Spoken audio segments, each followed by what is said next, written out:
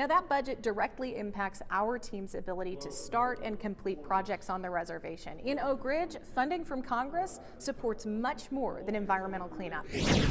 There are a lot of reasons participants here want to get this work funded, but it's the people back home that motivate Oak Ridge manager Jay Mullis. So we're a major employer in the area, and I think a lot of the general public over in Knoxville, Knox County, et cetera, unless they're work at the site or know somebody that works at the sites, doesn't appreciate the fact that that's what's going on in their backyard.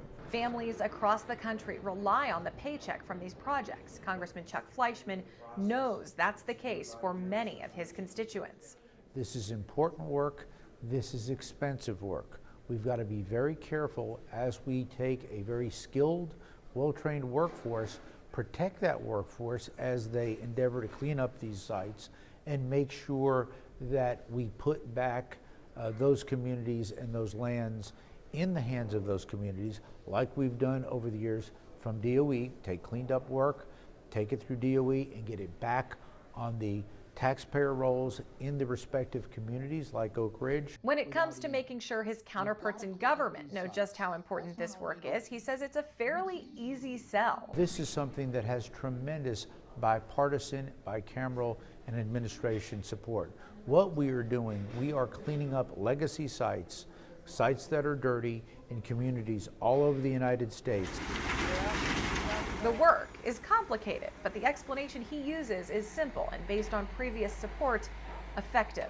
We receive tremendous support from our authorizer friends, from the appropriations process, from our local, state, and federal leaders, because what we're doing is actually cleaning up the environment and making it better for all Americans. How do you plan to ensure that the mission and the work is continually and successfully funded and executed in Oak Ridge? It's another great question. Appropriations is an annual process. We're going through that right now. I can speak from current experience.